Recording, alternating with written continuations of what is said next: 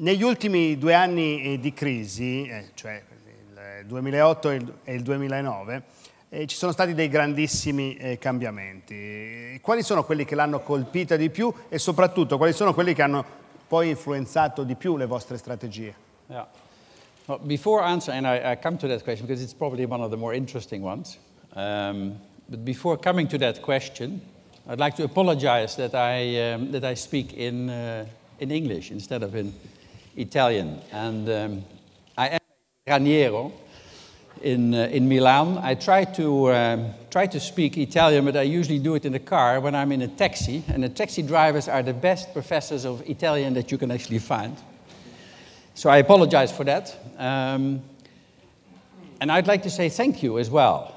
I'd like to say thank you for Italy, for actually having made me feel very comfortable in being responsible for what is the most important brand, actually, in the world, Italian brand in the world, number 46 on the list of Interbrand. It's the most well-known and the most valuable brand, Italian brand, that there is in the world, and it's a real honor as a foreigner, and as a Dutchman even, to be responsible for that brand. Now, what did we learn from the crisis? I think the best, or the most important learning that we actually have from the crisis, I would think, and I apologize again for maybe oversimplifying this, but to realize that life is actually normal, and that 1 + 1 is actually 2. And that the world that we lived in, and that the years 2005, 2006, 2007, that we experienced in our industry, which were the boom years, maybe were not completely logical, and maybe were not completely natural. And I give you the example, I think, of the behavior of our customers. A customer would go into the store in the years 2006 and on impulse buy a bag of 2,000 euros. It could take between 2 and 5 minutes. This is the bag I need to have. Where can I pay? Thank you very much. Now, the same type of consumer would come into the store and would say, I've read about this bag, I've got a picture here. Can I feel it? Could you explain to me how the bag has been made? What is the material that the bag has been made of? And are you sure, if it is the Gucci brand or Bottega Veneta or Sergio Rossi, are you sure it's made in Italy? And what is the price? And do you mind to put it back, and I come back tomorrow morning, I need to sleep over it, I'll come back tomorrow and see if I definitely buy the bag. So which one of the two behaviors is normal? Impulsively buying in 3 minutes a bag of 2,000 euros, or taking you time to understand the brand, to understand the product, and to make a very well thought through decision. I think that is how it should be, and that is what I call normal. Now, internally in the companies, I think we've all had the humongous advantage of being able to relook at your operations and to see where you maybe have not been as efficient as you could have been. And the third one, I think, is the fantastic given that in society nowadays there are two very big things that have never been there before for us as business people. Number one is, of course, the emerging markets, and in particular China. The development of China, as it has been in the last 10 years, and as it is going to be in the coming 10 years, is something we have never, ever seen in business. Number one. Secondly, I think technology that has changed everything, internal and external. And that has made possible a dream come true. Now, I've always been a marketing person, and since I started working as a product manager, I have always been dreaming of one thing, and that is to have a direct contact with my customer. Now, of course, if you're a retailer, you have direct contact in your stores every day. But if you're operating on a global scale with a brand, technology now allows us to make our dream come true, because we can engage with millions of consumers per day, per month, really engage, go back and forth on a one-on-one basis. So technology, China, becoming more efficient and having a consumer who is more rational and more normal. Beh, applaudite almeno una... There you go. Cioè, ha condensato in 4 minuti una lezione che sarebbe molto utile per tanti altri. Però restiamo sul filo di quello che ci ha raccontato. Quali sono le azioni che avete intrapreso e che risultati hanno portato? Well, in 2008, I still remember, I think it was the month of October, that in... The mic. Is there something happening? It's back again, yeah. I think it was in October 2008, Michele, you probably know this as well, that in the United States, the big retailers all of a sudden had a minus 26% volume. So the volume went down 26%, something we've never ever seen. We realized then and there that the crisis had arrived also in the luxury industry. You know that in Gucci Group we have a very empowered organization, a decentralized way of operating with all of our brands, our 8 brands. And there was a moment, that October 2008, where we had to realize that we needed to change our tactics quite quickly to react to that situation. And we went, although we kept our strategies in the long term, we immediately realized that we had to go for cash flow management instead of growth and profit growth. And having managed for 4 years before to maximize the growth opportunity through innovation, we've, I think in a period of 4 weeks, changed to managing for cash. If this thing is it on again? I fear... Shall I take this one? I think... okay? Ready? Thank you.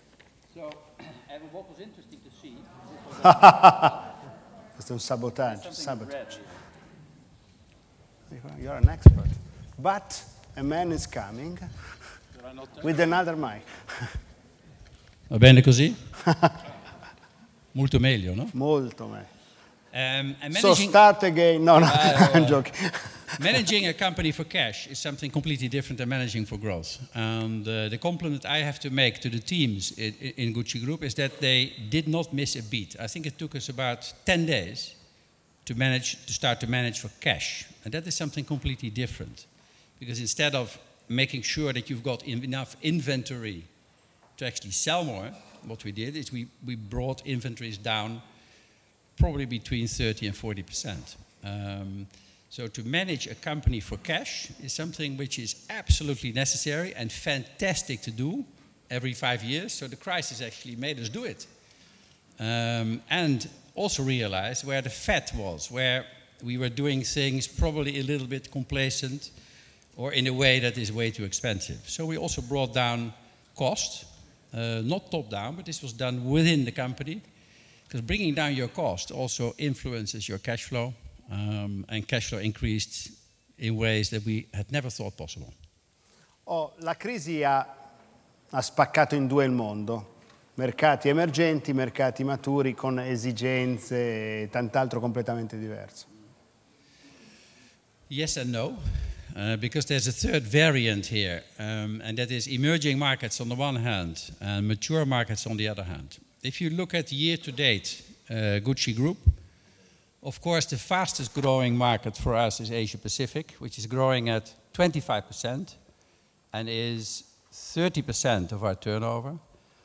But Europe, which is 35% of our turnover, is actually growing at 15%. Now, let's look at the 15%, because something happened this year in a volume that is absolutely amazing. And the key question is, how long is this going to continue?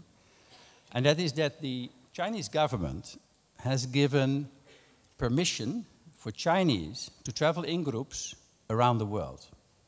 And what has happened, and that we saw this in all of our stores and with all of our brands in Europe, is that the Chinese actually came to Europe. So we saw that 70% of our extra turnover that we actually are generating in Europe at this moment in time is actually coming from Asians, and within the Asians, actually mainly from Chinese. So not only is China influencing the destiny of our companies in China itself, where the growth is spectacular, but as they are now going around the world, and every year you will get new groups of Chinese going around the world, they have a tremendous influence on the turnover of our companies in Europe. And as they will travel to the States, the same thing will happen over there. Anche per questo che ci ha raccontato, i grandi mercati emergenti saranno terra di conquista soltanto per i grandi marchi, per i grandi gruppi. Depends a little bit. Maybe it's better to talk about brands instead of groups or companies, because I think the key question whether you can actually make it in a particular country or a market is actually first and foremost the strength of your brand. And has the brand got an awareness in that country? Because if the brand is unknown, I always say a brand is not a brand, it's just a name. If you see what I mean. Because if I mention to you a brand that you don't know, you say, my God, what is that? So a brand is only a brand if enough people are aware of what it actually means. And Mr. Russo here had a very good point before, which is absolutely crucial. You have to have a point of differentiation. You have to have something special. It can be an emotional thing. It can be something that you are attracted to the value of the brand, the personality of a brand. Or, and preferably it has to be a little bit of both, there is something in the product that actually nobody else has and that makes you stand out. And made in Italy, for our Italian-based brands, is part of that. Now, whether you're small or big, if the brand has a certain amount of awareness, and if the brand is distinctive, you can actually make it. Example, Bottega Veneta, which has had explosive growth in China so far in the last 3 years. It's a small brand. It started off as 70 million euros even 7 years ago. It now is 500 million euros globally, and also known in China through actually this distinctive group of people who actually follow fashion, even in China. And then the magazines and editorials have helped the brand actually being something quite exclusive and well known, even in China. E pensa che ci siano dei margini di crescita ancora nei mercati maturi? Le margine? Delle possibilità di crescita ulteriori nei mercati maturi? Yeah, absolutely. And you know what? The key question now is twofold. How long is China going to be a source of growth for us? Which I think depends on how many people still will transcend from poverty into being middle class, I think, in China. The estimates are that 150 to 200 million people actually have achieved middle class status in the last 10 to 20 years, which is, of course, something phenomenal, which is fantastic. And they have a need, first of all, to pamper themselves a little bit, and I think the other need is to actually make sure that if you have arrived for the first time in your life to be part of middle class, that you can show to other people, and specifically in the Chinese psyche, I think this is important, that you show to others that you actually have arrived, that you are somebody. Predominantly the males, 60% of people who buy in our stores in China are men, 40% are women, and the men buy either for themselves, for their girlfriends, or for their wives. I think in that order, probably. So when women start coming out in that sense, I think that will be the next wave of growth in China. Lei è Robert Polet, lei è Gucci, lei è un punto di riferimento. Molti l'ascoltano e sono qui a rappresentare medie imprese. Ci sono ancora opportunità per le medie imprese? E se sì, in che modo, con quale strategie? I was hoping you would not ask me that question because I'm not sure. Let me answer it in this way, and then I'll give you a positive a positive swing on the answer. If you're in the media, and if you try to stay in what I call old media, I think you're doomed. There is no future. If, invece, you already have made change with the help of technology, the biggest opportunity in a lifetime, which it is, and I think for media companies it is exactly the same. It is the biggest opportunity you can have. You have to change your whole company and your whole business model. So I think for media companies, yes, there is a fantastic future if you have embraced the future yourself, and if you are one of those companies that actually is changing in order to define the future as it is being defined. If you think it is cannibalizing and you want to stay put, and you think that printed magazines in the form it had in the last 10 years is the future, I think it's a huge mistake, because I think they won't. E che consiglio darebbe, se vuol dare un consiglio, al rappresentante, a una media impresa che vuole tentare di penetrare nei mercati emergenti? Well, you need to be a brand, I think, because funny enough, even a brand like Gucci is, I think, a potential competitor to any media brand, because a brand like Gucci has 2.5 million visitors in Gucci.com in the United States alone every month that by themselves go to our website. So in 1 month, the Gucci brand attracts 2.5 million visitors to its website.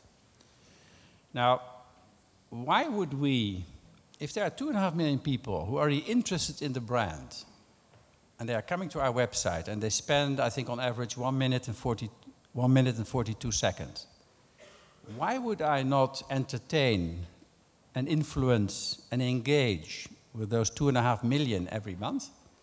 And why would I spend money to a publication in order to compete with 150 other people in what I call one-dimensional advertising? And they flip through the magazine and they spend on average 1.5 seconds looking at a flat one-dimensional advertising.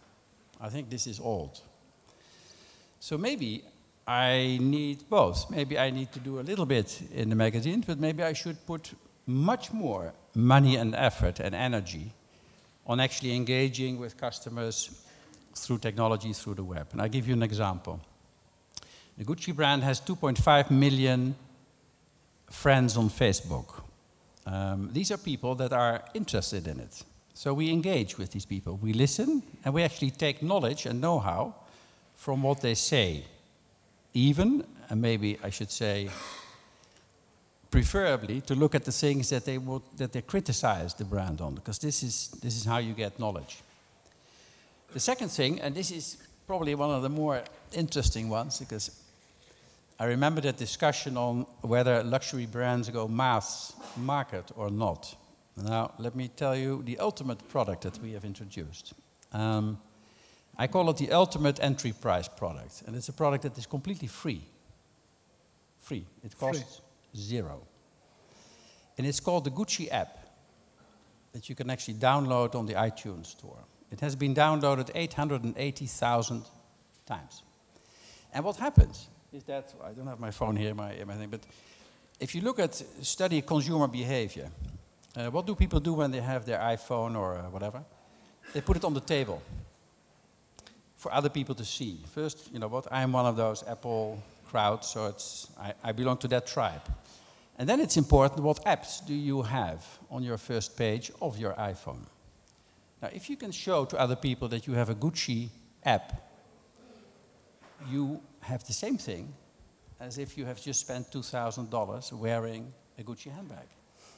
Because you are a man of taste or a woman of taste, because you have chosen to be part of the Gucci family. You can be part of the family for free, which is new thinking, completely new thinking. But it has the same purpose as all the other products that we sell, and we sell them for a lot more than zero.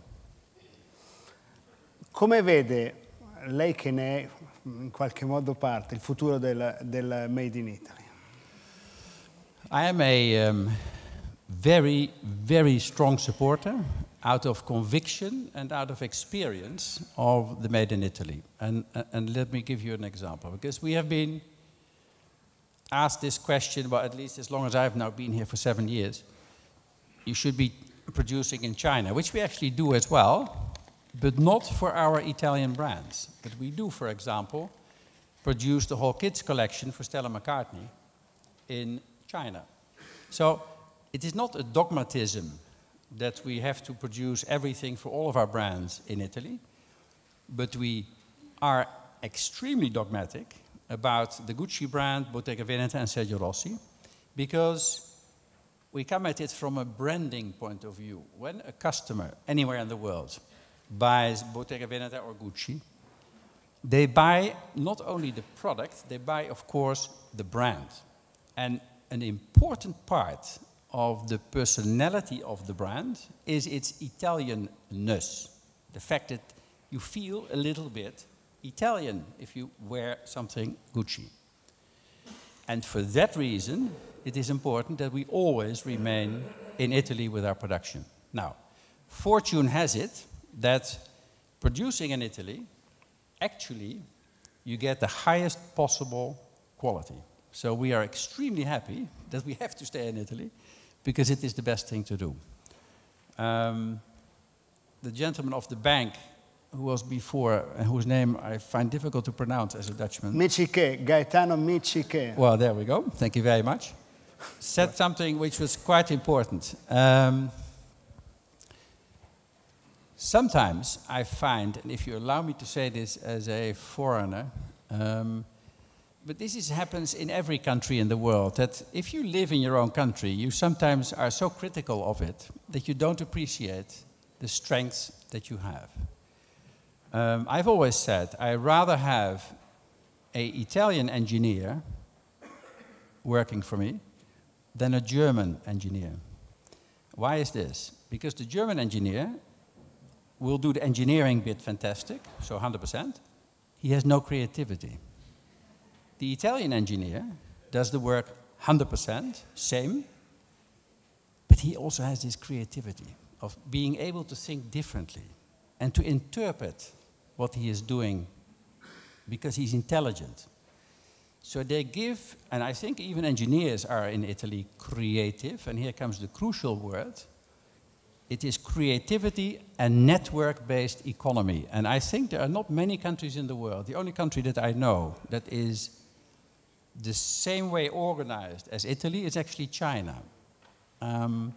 So the Chinese actually think that the Italians are the Chinese of Europe. And why do they do this? Because they feel that you in Italy are as industrious, hardworking, and fanatical about quality and doing things right in family-based businesses as they are. So I think there's a big comparison between the two countries. LVMH, Hermès. Per chi fa il tifo? Se LVMH dovesse prendere l'acquisizione, ci saranno effetti anche sulle strategie del suo gruppo? Yeah, we were the subject of the previous handbag war, la guerra dei sacchi.